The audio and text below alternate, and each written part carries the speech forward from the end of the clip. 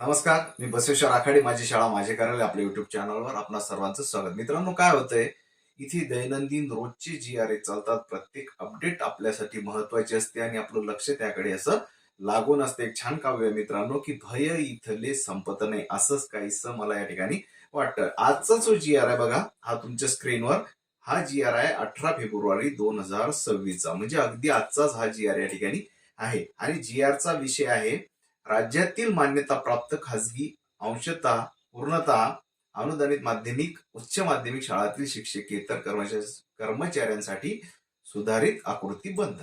बघा, या आकृतीबंधाचा आधी जर आपण पाहिलं असेल तर आधी सुद्धा आकृतीबंध या ठिकाणी लागला होता. आपण मग हा जी आरचं ज्यावेळेस मी टायटल वाचलं त्यावेळेस मला वाटलं आता आणखी काय नवीन शासनाच्या कडून आलेलं आहे असं मला माझ्या मनामध्ये त्या ठिकाणी वाटलं. पण मित्रांनो बघा, आता या सुधारित आकृतीबंधाची काय डिटेल्स त्या ठिकाणी जी आर मध्ये ती आपण सविस्तरपणे या ठिकाणी बघणार आहोत. नक्कीच या चॅनलला आतापर्यंत आपण सबस्क्राईब केलं नसेल तर सबस्क्राईब करा, व्हिडिओला लाईक करा व व्हिडिओ शेवटपर्यंत अगदी पहा. महत्वाचा व्हिडिओ या ठिकाणी असणार आहे. तर बघा मित्रांनो, हा जो जी आर आहे त्यातला शासन निर्णय जो आहे की शासन निर्णय दिनांक 28/1/2019 मधील. बघा इथे पहिला संदर्भ काय दिला त्यांनी, 28/1/2019 मधील. मग हा 28/1/2019 चा शासन निर्णय आपल्याला या ठिकाणी पाहावा लागेल की जो मूळ आकृतीबंधाचा शासन निर्णय आहे.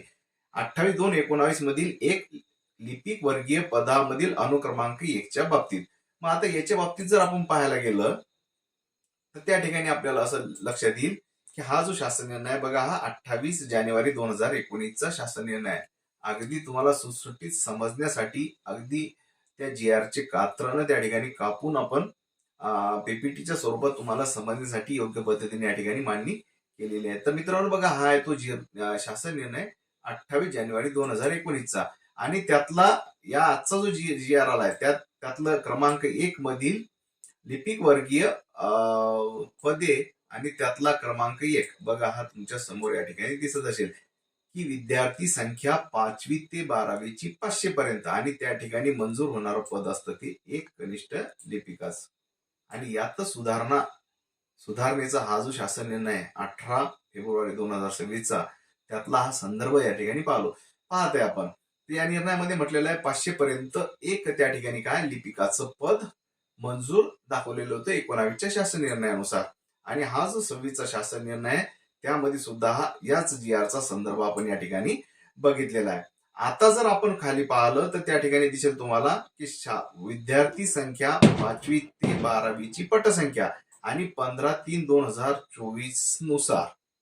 मग आता 15/3/2024 चा शासन निर्णय कुठला आहे तर बघा, 15/3/2024 चा शासन निर्णय आहे मित्रांनो तुमच्या स्क्रीनवर की बालकांचा मोफत सक्तीचा व शिक्षणाचा अधिकार या संदर्भात शिक्षकांची जी पद होती संच मान्यतेसाठी निकष जे होते तो हा शासन निर्णय आहे.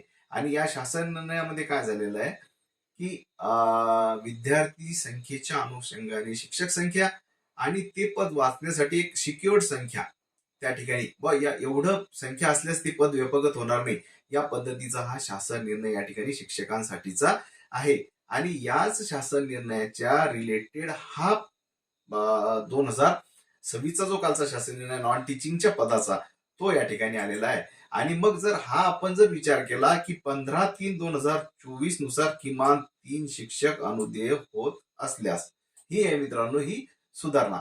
म्हणजेच थोडक्यात काय की जर आपल्या विद्यालयामध्ये सुरुवातीला कसं असायचं 500 पर्यंत विद्यार्थी संख्या एक कनिष्ठ लिपिक, मग ती 200 असू देत, 150 असू देत, 100 असू देत, असं काही बंधन नव्हतं. म्हणजे 500 पर्यंत विद्यार्थी संख्येपर्यंत एक कनिष्ठ लिपिक मिळायचा. परंतु आता या सुधारणेनुसार आपल्या शाळेतील जो पट विचारात न घेता शिक्षक संख्या 5 ते 12च्या शिक्षक संख्या ही 3 असणे आवश्यक आहे. जर ही शिक्षक संख्या 3 पेक्षा कमी झाली तर मात्र लिपिकाचं पद सुद्धा व्यपगत त्या ठिकाणी होईल.